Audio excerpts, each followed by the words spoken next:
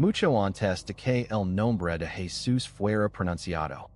En las calles, en los templos y en los corazones de millones de personas, el mundo vivía sumergido en una profunda oscuridad espiritual.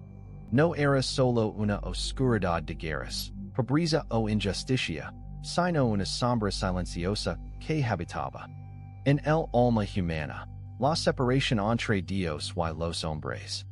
El pueblo de Israel, elegido desde tiempos antiguos, cargaba una historia marcada por promesas divinas, pactos sagrados y también por caídas dolorosas. Desde Abraham, a quien Dios permitió que de su descendencia surgiría una gran nación, hasta Moisés, quien liberó al pueblo de la esclavitud en Egipto. Israel había sido testigo del poder y la fidelidad de Dios. Sin embargo, con el paso de los siglos, el corazón del pueblo ese fue endureciendo. Los reyes ese elegieron del camino recto, los sacerdotes olvidaron la justicia, y el pueblo comenzó a adorar ídolos hechos por manos humanas. Aun así, Dios no abandonó a su pueblo. En medio de la desobediencia y el sufrimiento, levantó a hombres llamados profetas, mensajeros que hablaban con la voz de Dios y anunciaban tanto juicio como esperanza. Isaías fue uno de los profetas más importantes. Vivió en tiempos de crisis, cuando el temor dominaba la nación. Fue el quien proclamó una de las promesas más poderosas jamás pronunciadas. El pueblo que caminaba en tinieblas vio una gran luz sobre los que vivían en tierra de sombra de muerte. Una luz resplandeció. Estas palabras no hablaban de un rey común, ni de un guerrero armado con espadas, sino de un Salvador, un Mesías enviado por Dios mismo. Isaías describió a este Mesías con imágenes que desafiaban toda lógica humana. Será despreciado y desechado entre los hombres, varón de dolores, experimentado en sufrimiento. ¿Cómo podía un Salvador sufrir? ¿Cómo podía alguien derrotar el mal sin usar la fuerza? Estas profecías parecen misteriosas, incluso contradictorias, pero estaban destinadas a cumplirse en el tiempo perfecto de Dios. Otro profeta, Miqueas, anunció algo aún más sorprendente: el lugar del nacimiento del Mesías. Dijo que nacería en Belén, una pequeña y humilde aldea, casi insignificant para los grandes imperios del mundo. No nacería en un palacio, ni entre la nobleza, sino entre los sencillos. Mientras tanto, el mundo no judío también vivía en una búsqueda constante de sentido. El imperio romano dominaba con poder militar y leyes estrictas. Roma traía orden, pero no paz interior. La gente obedecía por miedo, no por amor. Los filósofos griegos hablaban de sabiduría, pero sus palabras no podían sanar corazones rotos. Los dioses paganos permitían favors, pero exigían sacrificios vacíos. En ese contexto, Israel estaba bajo ocupación romana. Las calles de Jerusalén estaban llenas de soldados extranjeros. Los impuestos eran pesados, la pobreza creció y la esperanza se debilitaba. El pueblo clamaba por un libertador, pero muchos esperaban a un Mesías político, un líder que expulsara a los romanos y restaurara el reino de David con poder y gloria terrenal. Sin embargo, Dios estaba preparando algo mucho más grande. Durante siglos, el cielo pareció guardar silencio. No surgieron nuevos profetas, no hubo visions ni mensajes claros. Este periodo, conocido como los 400 años de silencio, fue una prueba de fe para el pueblo. Muchos pensaron que Dios los había olvidado, pero el silencio no significaba ausencia, significaba preparación. En lo profundo de la historia, Dios estaba moviendo cada país con precisión perfecta. Los caminos romanos conectarían el mundo conocido, facilitando la futura expansión del mensaje. El Idioma griego permitiria que la palabra fuera entendida por muchas naciones. Incluso la apreciación serviría para que los corazones anhelaran verdadera libertad. Las escrituras antiguas hablaban de un nuevo pacto, no escrito en tablas de piedra, sino en los corazones. Jeremías profetizó, pondré mi ley en su mente, y la escribir en su corazón, y yo ser su Dios, y ellos serán mi pueblo. Este nuevo pacto no estaría basado en sacrificios constantes de animals, sino en una obra perfecta y definitiva. Sin embargo, nadie comprendía completamente cómo sucedería esto. Mientras los poderosos discutían en palacios y los sacerdotes repetían rituals sin vida, Dios miraba a los humildes, a los pobres, a los que oraban en silencio esperando la redención. Entre ellos, había hombres y mujeres fieles que, aunque no vean señales visibles, seguían confiando en la promesa. El tiempo se acercaba. El reloj divino avanzaba, hacia el momento exacto en que el cielo tocaría la tierra. El Mesías no llegaría como el mundo esperaba, sino como el mundo necesitaba. No vendría a conquistar territorios, sino corazones. No traería una espada, sino una cruz. El mundo aún no lo sabía, pero la esperanza estaba a punto de nacer. En un rincón olvidado del imperio. En una tierra pequeña y oprimida, comenzaría la historia que cambiará el destino de la humanidad para siempre. La luz estaba a punto de entrar en la oscuridad. La promesa estaba a punto de cumplirse. Y así, con profecías antiguas, corazones expectantes y un mundo desesperado por salvación, el escenario quedó preparado para la llegada de Jesús, el Cristo, el Hijo de Dios. En el silencio de una noche común, cuando nadie lo esperaba y el mundo seguía su rutina sin sospecar nada extraordinario, Dios decidió entrar en la historia humana. No lo hizo con truenos ni ejércitos celestiales visibles, sino con un susurro de gracia que cambiaría el curso del tiempo. En la región de Galilea, en un pequeño pueblo llamado Nazaret, vivía una joven llamada María. Era sencilla, humilde, desconocida para el mundo, pero conocida profundamente por Dios. Un día, mientras realizaba sus tareas cotidianas, el cielo se abrió ante ella de una manera inesperada. El ángel Gabriel fue enviado por Dios con un mensaje que desafiaría toda lógica humana. Alegrate, llena de gracia, el Señor está contigo. María se turbó ante estas palabras. No entendía por qué había sido elegida. Entonces el ángel lo anunció que concebiría por obra del Espíritu Santo. Y daría a luz a un hijo, a quien pondría por nombre Jesús, que significa Dios salva. Este niño sería llamado Hijo del Altísimo. Y su reino no tendría fin. María no respondió con orgullo ni con rebeldía. Aunque no comprendía completamente lo que sucedería, pronunció palabras que resonarían por toda la eternidad. He aquí la sierva del Señor. Hágase en mí según tu palabra. Al mismo tiempo, en otra parte del país, vivía un hombre justo llamado José, prometido en matrimonio con María. Al enterarse de que ella estaba encinta, su corazón se llenó de confusión y dolor. Según la ley, podía denunciarla, pero decidió dejarla en secreto para no exponerla a la vergüenza pública. Sin embargo, Dios también habló a José en sueños. Un ángel le explicó que el niño había sido concebido por el Espíritu Santo, y que cumpliría las antiguas profecías. La Virgen concebirá y dará a luz un hijo, y llamarán su nombre Emmanuel, que significa Dios con nosotros. José obedeció sin dudar.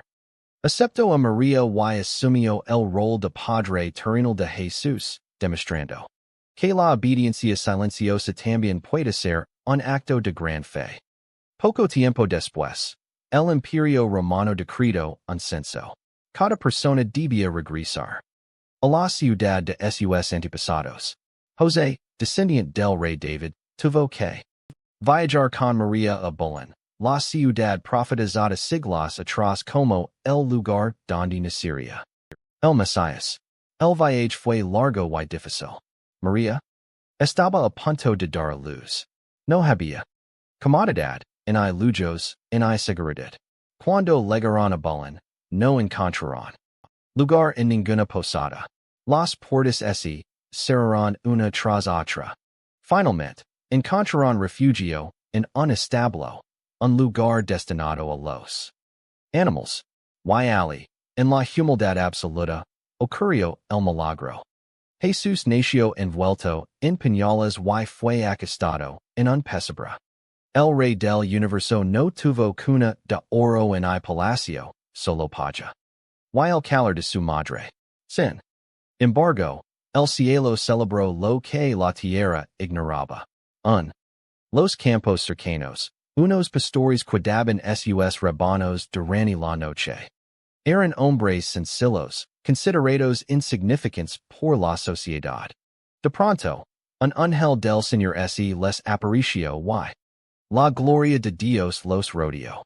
Llenos de temor, escucharon el anuncio más grande jamás proclamado. Hoy les ha nacido en la ciudad de David un Salvador, que es Cristo el Señor. El ángel fue acompañado por una multitud celestial que alababa a Dios diciendo, Gloria a Dios en las alturas, y en la tierra paz. Buena voluntad para con los hombres.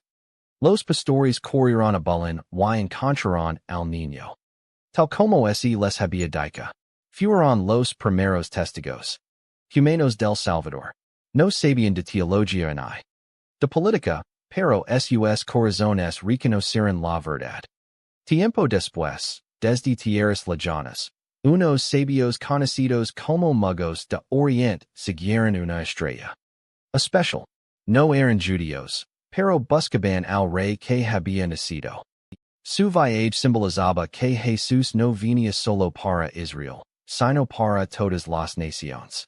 Al llegar a Jerusalén, preguntaron por el rey de los judíos. Esto alarmó al rey Herodes, un hombre cruel y paranoico que temía perder su poder. Fingiendo enters, pidió a los magos que lo informaran donde estaba el niño. Pero advertidos en sueños por Dios, los magos no regresaron a Herodes. Cuando encontraron a Jesús, lo ofrecieron regalos cargados de significado: oro, símbolo de realeza; incienso, símbolo de divinidad; y mirra, un presagio de sufrimiento y muerte.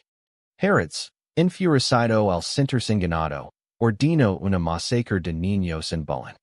Pero Dios volvió a intervenir. Un ángel advirtió a José en sueños que huyera con María y el niño a Egipto. Así, Jesús se convirtió en refugiado desde sus primeros días, compartiendo el sufrimiento de los oprimidos.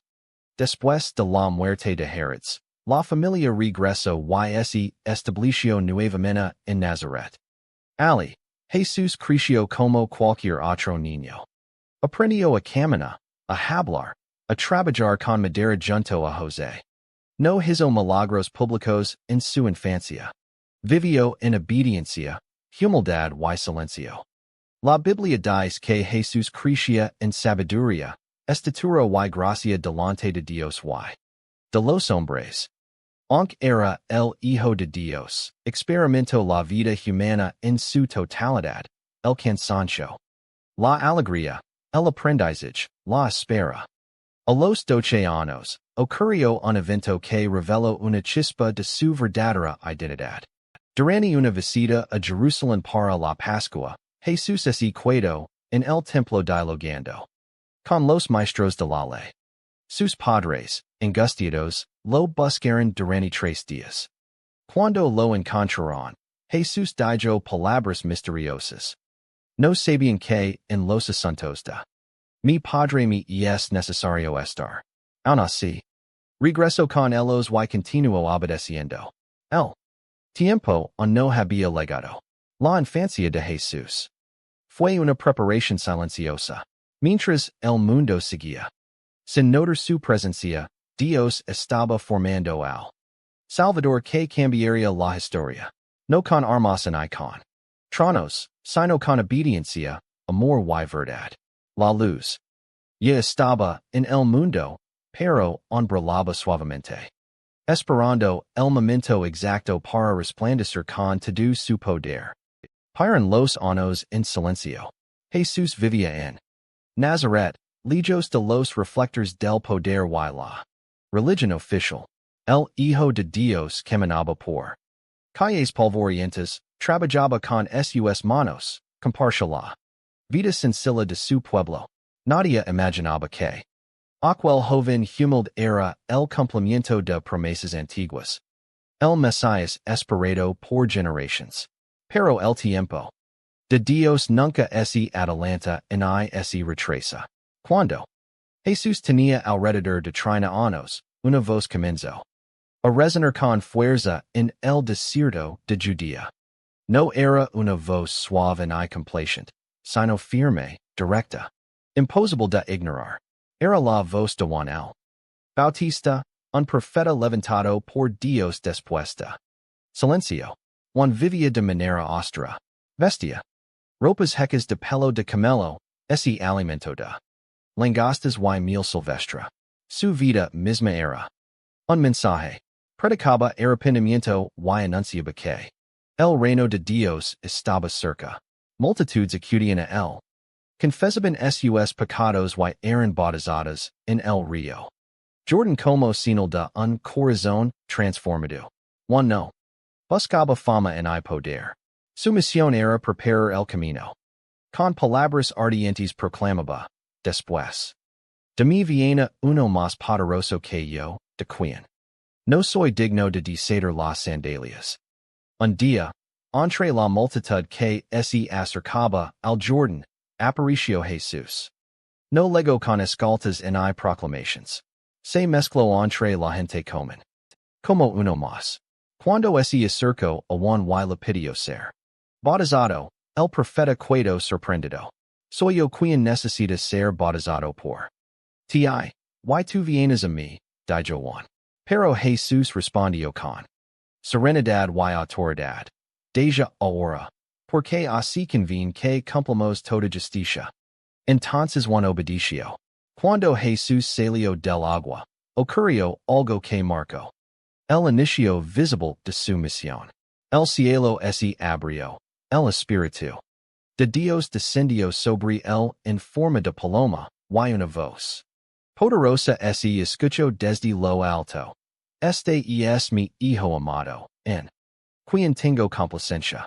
Por primera vez, la Trinidad se manifestó de manera clara, el Padre hablando, el Hijo presente, y el Espíritu descendiendo. No fue solo un acto simbólico, fue una declaración divina. Jesús había sido ungido para su misión. Pero antes de hablar a multitudes, antes de hacer milagros, Jesús fue llevado al desierto.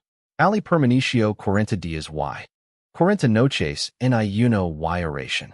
No fue un retiro cómodo, sino un tiempo de prueba profunda. En el desierto apareció el tentador, Satanás. Intentó desviar a Jesús de su camino, usando el hambre, el orgullo, y el poder como armas. Primero lo desafió a convertir piedras en pan. Luego lo tentó con fama y espectáculo. Finalmente, lo ofreció todos los reinos del mundo a cambio de adoración. Jesús respondió a cada tentación con la palabra de Dios. No grito, no discusio, no negocio. Permaneció firme. Donde el primer Adán había quedado, Jesús venció.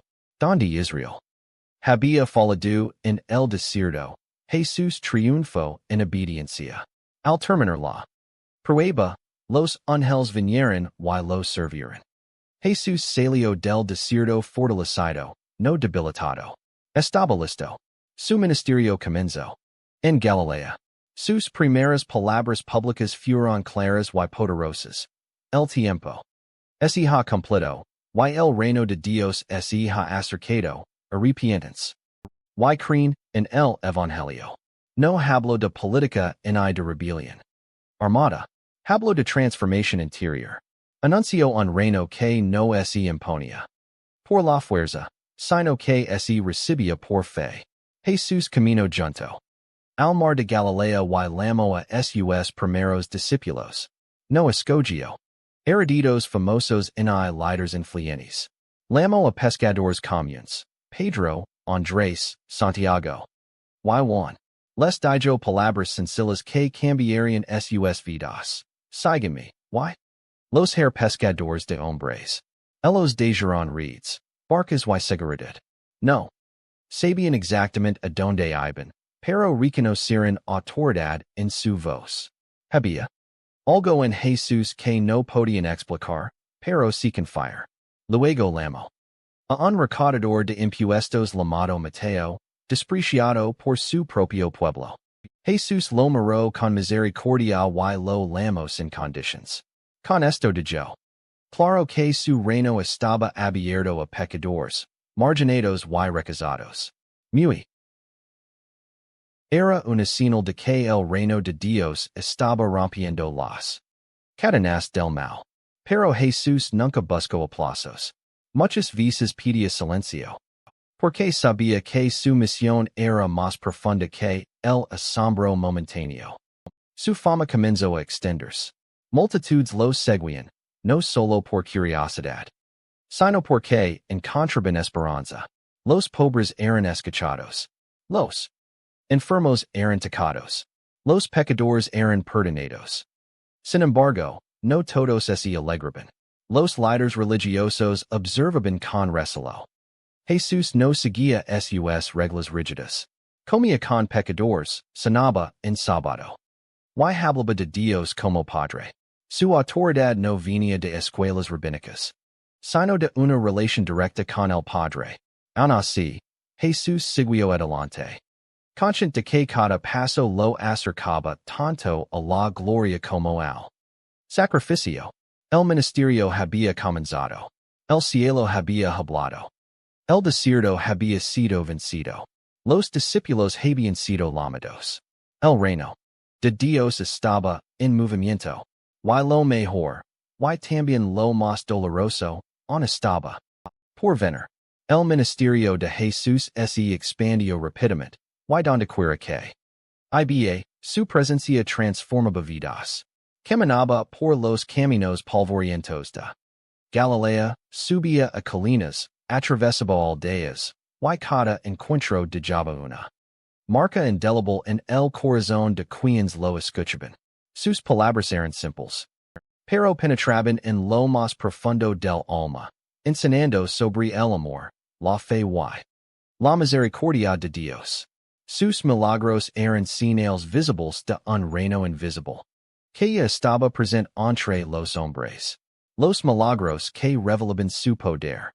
El primero de estos milagros no fue para llamar la atención, sino para aliviar el sufrimiento humano.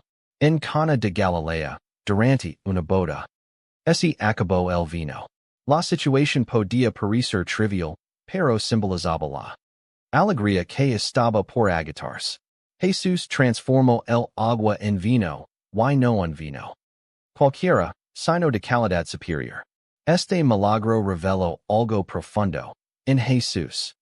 La vida ordinaria se transforma en algo extraordinario.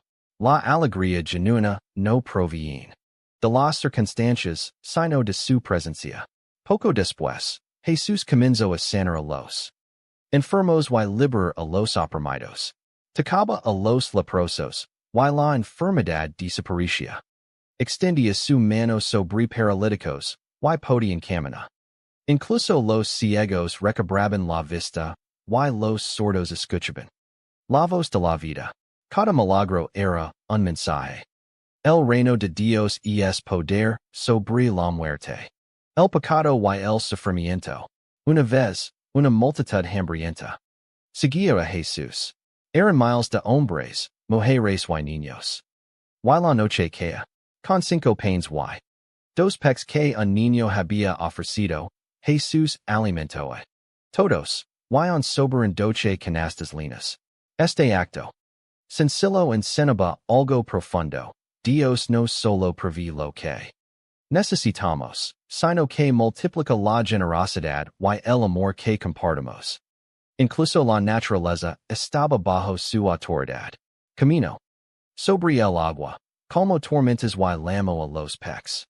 Desde el lago con palabras que parecen imposibles.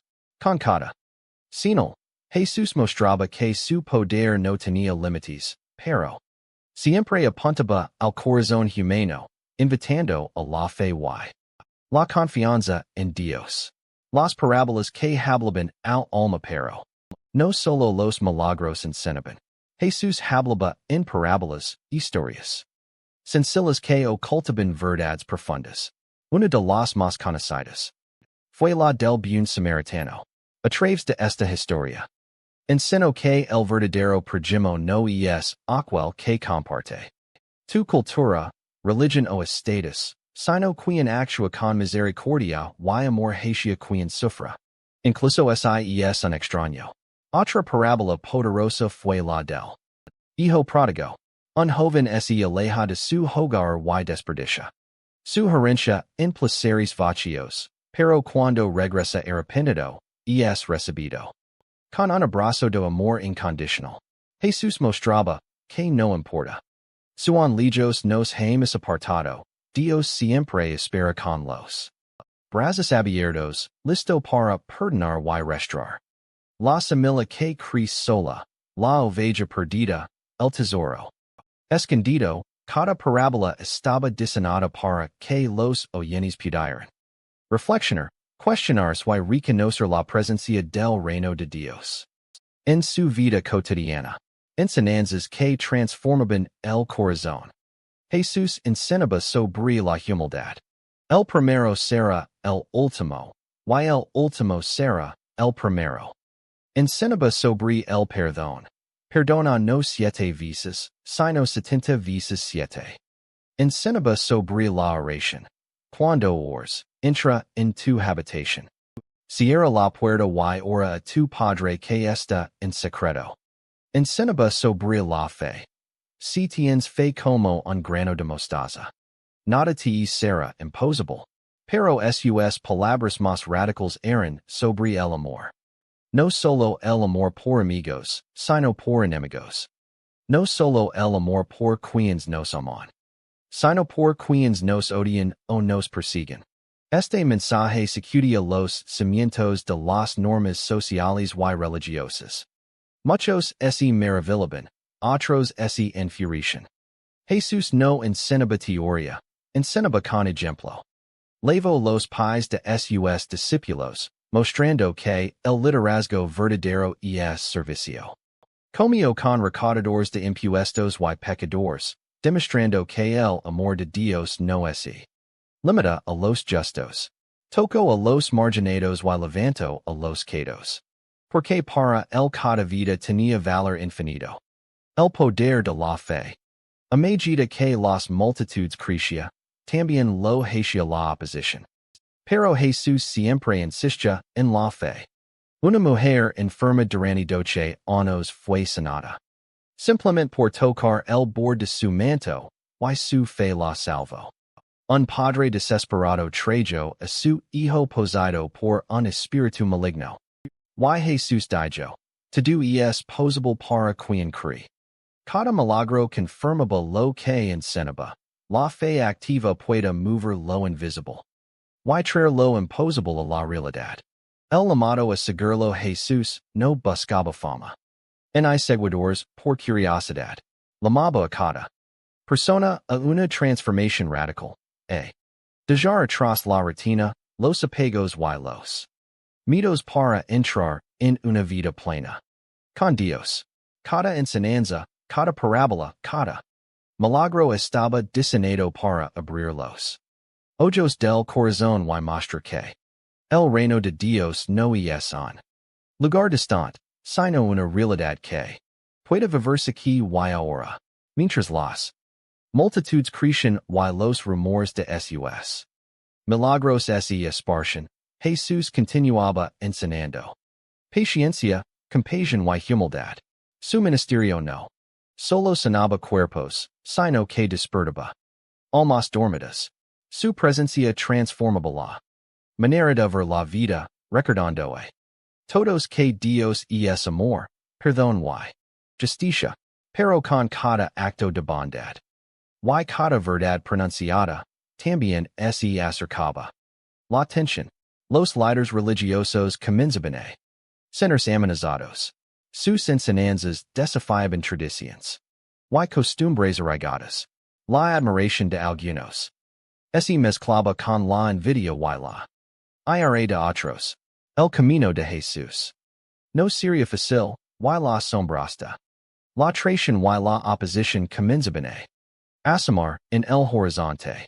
Aun así, Jesús seguía adelante, enseñando y sanando, sabiendo que cada palabra, cada gesto, cada milagro era parte del plan perfecto de Dios.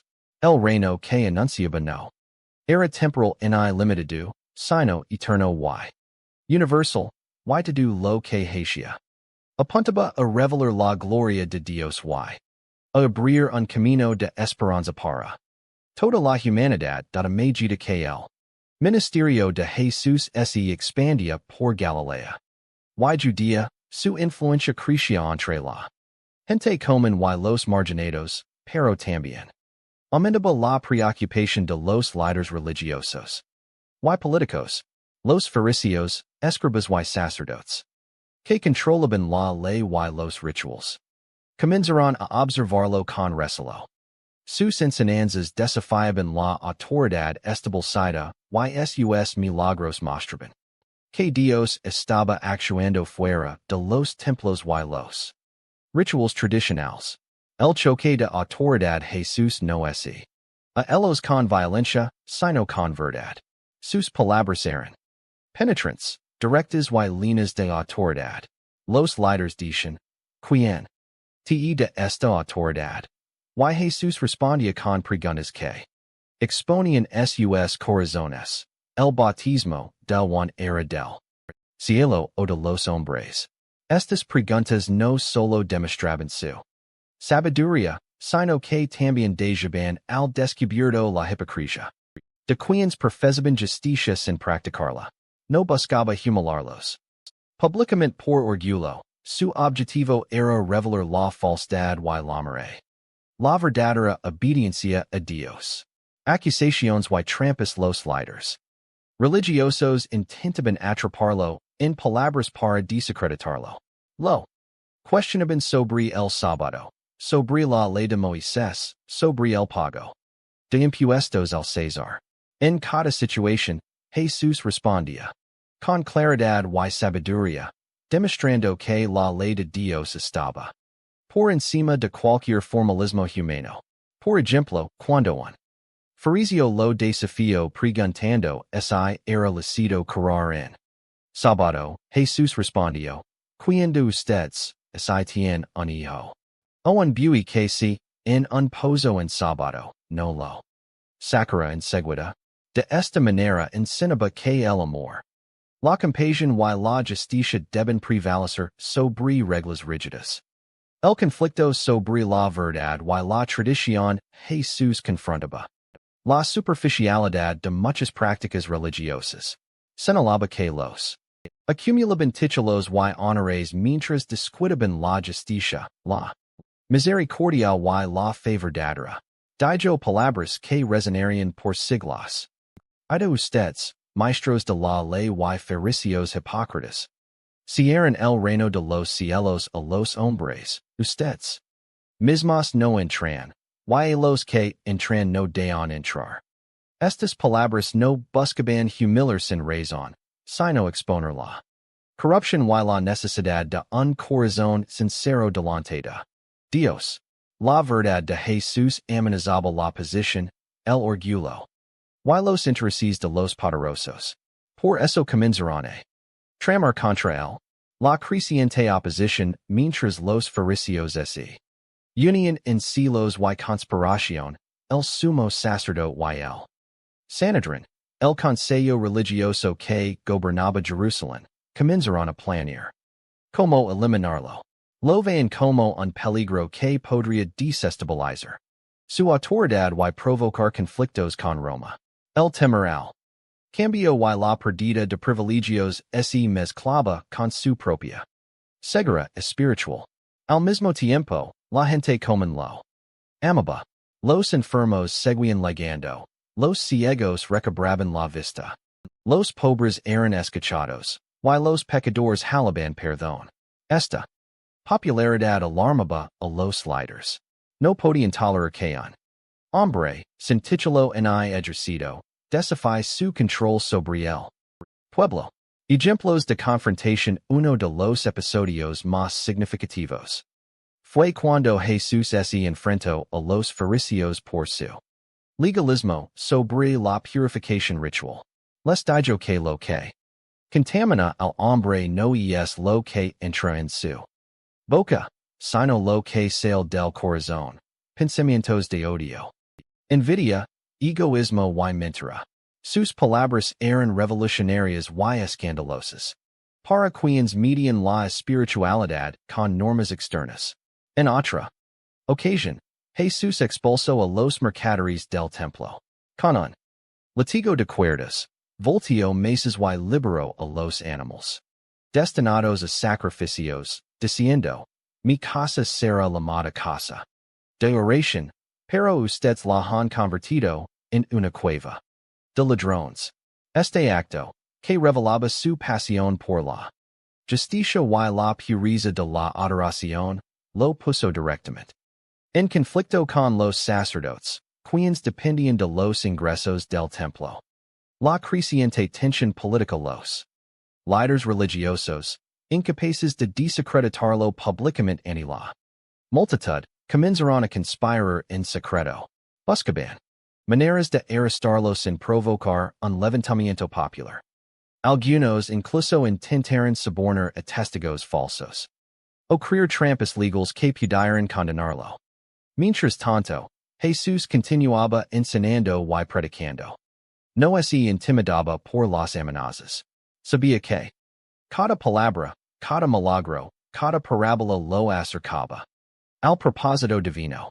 La sombra de la traición se acercaba, pero su misión de amor y salvación no podía detenerse. La preparación para lo inevitable. Jesús también comenzó a preparar a sus discípulos para lo vendría. Les enseñaba sobre humildad, servicio y la importancia de permanecer firmes en la fe. Incluso cuando fueron perseguidos, les hablaba de un camino difícil, pero lleno de significado eterno. La lealtad, la confianza en Dios y el amor por los demás serían las armas más poderosas frente a la adversidad. Así mientras las multitudes seguían sus enseñanzas y los líderes planeaban en secreto el destino. Se acercaba con pasos firmes. Cada palabra de Jesús, cada milagro y cada parábola, no solo enseñaba, sino que también trazo un camino hacia el sacrificio más grande de la historia humana. El choque entre la verdad y la tradición, entre la luz y la oscuridad, estaba a punto de llegar a su punto culminante. Pero el corazón de Jesús permanecía firme, lleno de amor y compasión, consciente de que el propósito divino no podía ser detenido por la oposición humana. La tensión había alcanzado su punto más alto. La luz de Jesús brillaba cada vez más, y la oscuridad de la traición y la envidia conspiraba en secreto para apagarla. Sus enseñanzas, milagros y autoridad lo habían convertido en el centro de atención de toda Judea, y las autoridades religiosas veían en él una amenaza que debía ser eliminada. Sin embargo, Jesús sabía que cada paso, cada palabra y cada Morada formaban parte del plan divino para la salvación del mundo. La última cena antes de la Pascua, Jesús envió a sus discípulos a preparar un lugar donde pudieran celebrar la cena juntos. Esa noche, reunidos en una sala superior, Jesús realizó algo que sería recordado por generaciones. La última cena. La atmósfera estaba cargada de significado. No era solo una comida, sino un acto simbólico de entrega, amor y recuerdo eterno. Durante la cena, Jesús tomó pan lo bendijo lo partió y dijo, tomad, comed, esto es mi cuerpo, que por vosotros es dado. Haced esto en memoria de mí. Luego tomó el vino, lo ofreció y dijo, bebid de él todos, porque esta es mi sangre del nuevo pacto, que por muchos es derramada para remisión de los pecados. Con estas palabras, Jesús instituyó la Eucaristía, un recordatorio perpetuo de su sacrificio. No era solo un rito religioso, era la promesa de vida eterna, la señal de que la salvación ya estaba siendo ofrecida a la humanidad. El anuncio de la traición en medio de la cena. Jesús habló con tristeza sobre la traición que se aproximaba. Sus discípulos estaban consternados, y ninguno podía imaginar quién sería capaz de entregar a aquel que los amaba tanto. Jesús miró a Judas Iscariot, quien ya había decidido traicionar. El que moja su mano conmigo en el plato, esa me entregará, dijo Jesús con dolor, pero sin ira. Judas, consumido por la codicia y la duda, salió de la sala esa misma noche, levando consigo la sombra de la traición. Cada paso que daba lo acercaba al cumplimiento de la profecía. El Hijo de Dios sería entregado por uno de los suyos. El tiempo en el huerto de Getsemani. Después de la cena, Jesús llevó a sus discípulos al huerto de Getsemani para orar. La noche era oscura, silenciosa, pero el corazón de Jesús estaba lleno de angustia. Sabía que pronto sería arrestado, torturado y crucificado. Se apartó un poco y, arrodillado, suplicó al Padre, Padre, si es posible, pase de mí esta copa. Pero no es haga mi voluntad, sino la tuya. Su oración revelaba la humanidad de Jesús, miedo, dolor y deseo de evitar el sufrimiento. Sin embargo, también mostró su obediencia total al plan divino. Su fe y sumisión eran perfectas, incluso ante la muerte. Mientras oraba, los discípulos se dormían, agotados y sin comprender la magnitud del momento. Jesús los despertó, velad y orad, para que no entréis en tentación. La escena del huerto era de tensión y solemnidad. La oración ferviente de Jesús, el cansancio de los discípulos y la inminente llegada de la traición. El arresto Judas luego acompañado de un grupo de soldados y oficiales del templo, con antorchas y armas. Con un beso, señalizó a Jesús, identificándolo para ser arrestado. El beso, un gesto de afecto que se convirtió en símbolo de traición. Mostró la gravedad del pecado humano y la soberanía divina al mismo tiempo. Jesús, sin lugar en resistirse, se entregó. Sus discípulos intentaron defenderlo, pero él los reprendió. Basta. Ya, cualquiera que tome la espada perecerá. Fue arrestado y llevado ante los líderes religiosos, iniciando un proceso injusto y lleno de calumnias. Los sacerdotes y fariseos buscaban cualquier motivo para condenarlo, y la multitud comenzó a ser manipulada para exigir su muerte. La traición y el miedo de los discípulos. Mientras Jesús era llevado, los discípulos se dispersaron, llenos de miedo y confusión. Pedro los siguió a distancia, temeroso, y más tarde lo negaría 3 veces antes del amanecer. Cumpliendo otra profecía sobre la debilidad humana y La necesidad de arrepentimiento y perdón. Judas. Consumado por su culpa, se enfrentaría con su conciencia y con la tragedia de sus decisions. Su traición había sido parte un plan mayor. Aunque él no entendiera su papel completo en la historia de la salvación. El cumplimiento de la profecía. Todo lo que sucedía estaba profetizado siglos antes. El Mesías sería traicionado por un amigo, sería entregado a manos de la autoridad humana y enfrentaría sufrimiento y muerte injusta, la traición, el arresto y la desesperación. No eran derrotas, sino pasos necesarios hacia la redención de toda la humanidad. Jesús, comedido y firme. Se entregaba al propósito divino. Cada mirada, cada palabra y cada acto de obediencia preparaba el camino para la salvación. El amor que mostraba en el huerto. Su sumisión y su valencia ante la injusticia. Demostraban que incluso en la oscuridad más profunda, la luz divina no puede ser apagada. El arresto marcaba el inicio del camino más doloroso, pero también del acto más grande de amor.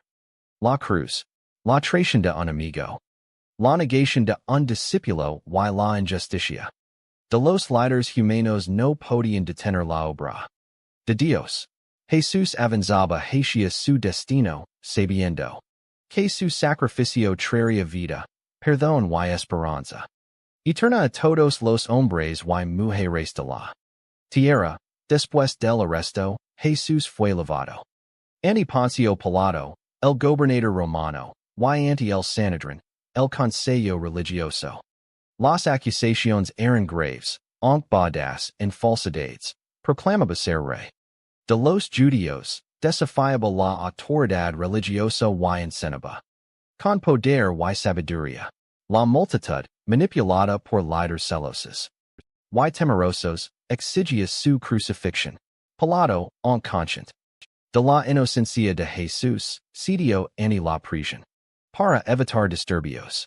La historia humana y la divina convergen en un momento de dolor y aparente derrota. El camino hacia el Golgota. Jesús fue azotado brutalmente, golpeado y humillado. Su cuerpo débil y sangrante cargaba la cruz sobre la que sería crucificado. Camino por las calles de Jerusalén, pasando por rostros que lo amaban y por aquellos que lo despreciaban. Cada paso era un recordatorio de que la humanidad había fallado, pero también de que el amor divino no se retiraba. Simón de Cyrene fue obligado a ayudarlo a cargar la cruz, y Jesús, lleno de dolor, continuaba avanzando. A su alrededor, la multitud miraba, algunos con compasión, otros con odio. Mujeres lloraban por él, y Jesús les habló con ternura, consolándolas y mostrando su amor incluso en medio del sufrimiento. La crucifixión en el monte Golgota, conocido como el lugar de la calavera. Jesús fue clavado en la cruz entre dos criminals. La escena era desgarradora, sangre, dolor y burla rodeaban al Salvador. La corona de espinas presionaba su cabeza, y cada respiración era un acto de entrega. Aun así, Jesús no murmuró palabras de resentimiento hacia sus verdugos, más bien, oró: Padre, perdonalos, porque no saben lo que hacen. Los soldados repartieron su ropa, y la multitud se burlaba, cuestionando su autoridad y poder. Incluso uno de los criminals a su lado lo insultaba, mientras el otro reconoce su inocencia y lo pidió: acuérdate de mí cuando vengas en tu reino. Jesús respondió con palabras de esperanza y salvación. Hoy estarás conmigo en el paraíso. El momento más oscuro. Al mediodía, una oscuridad sobrenatural cubrió la tierra durante 3 horas.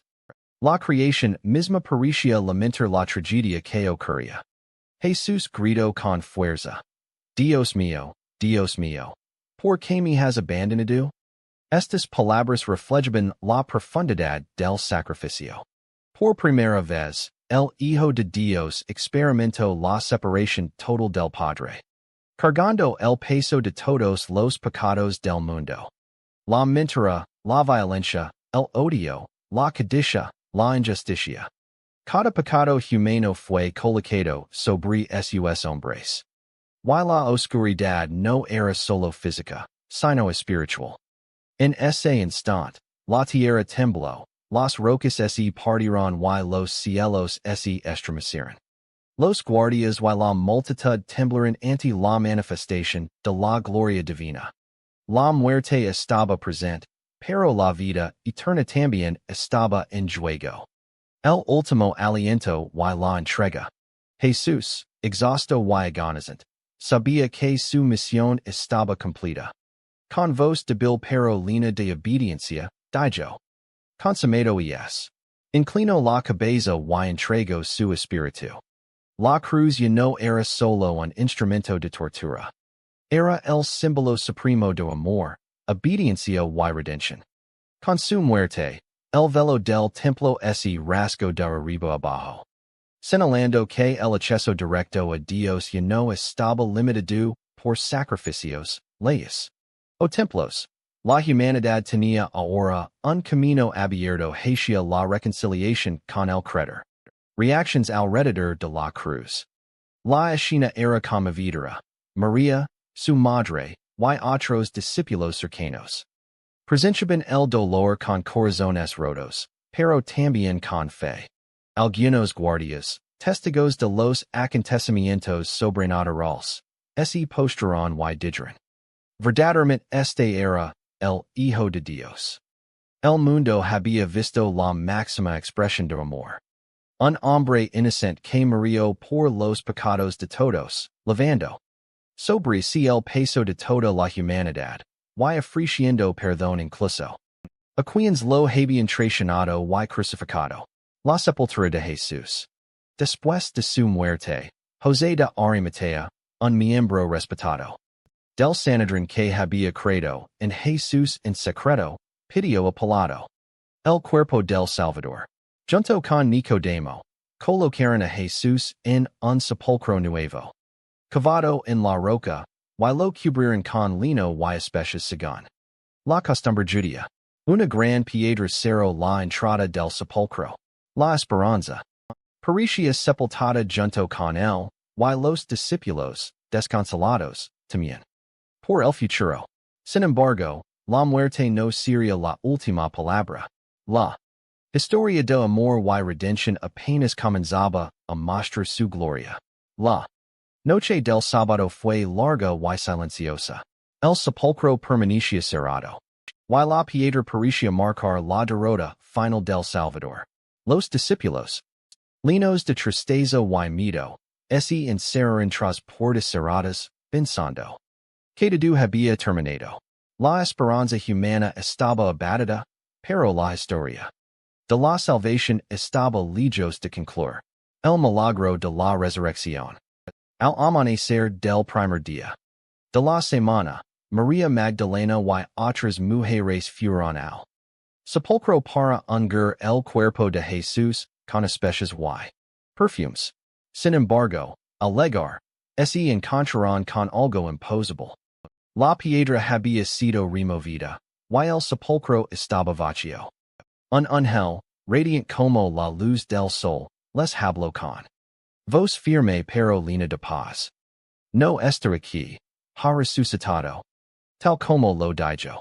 El temor y la maravilla llenaron sus corazones. La muerte había sido vencida, y la vida eterna comenzaba a revelarse de manera tangible. María corrió a contar a los discípulos, diciendo: he visto al Señor, y ha dicho estas cosas. Encuentros que confirman la verdad. Poco después, Jesús mismo se apareció a sus discípulos. Algunos lo vieron mientras caminaba por el camino, otros lo encontraron en habitaciones cerradas. Su presencia no solo confirmaba la resurrección, sino que transformaba el miedo en alegría, la duda en fe y la desesperación en esperanza. Tomás, quien dudaba de la resurrección, tocó las heridas de Jesús y exclamó con reverencia: Señor mío, y Dios mío. Su incredulidad se convirtió en fe plena al experimentar la realidad de la victoria sobre la muerte, el poder sobre la muerte. Y el pecado. La resurrección no era un simple milagro. Era la demostración suprema de que Jesús había vencido el pecado y la muerte de una vez por todas. Cada herida, cada lágrima, cada instante de dolor había sido necesario para traer redención a toda la humanidad. La cruz y el sepulcro se convirtieron en símbolos de amor infinito, misericordia y justicia divina. A través de su resurrección, Jesús ofreció un nuevo pacto, la promesa de vida eterna para todos los que creen, confían y siguen su camino.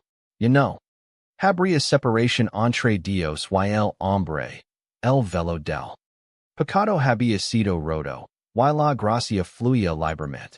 La gran comisión antes de ascender al cielo, Jesús reunió sus discípulos y les dio una misión clara y poderosa.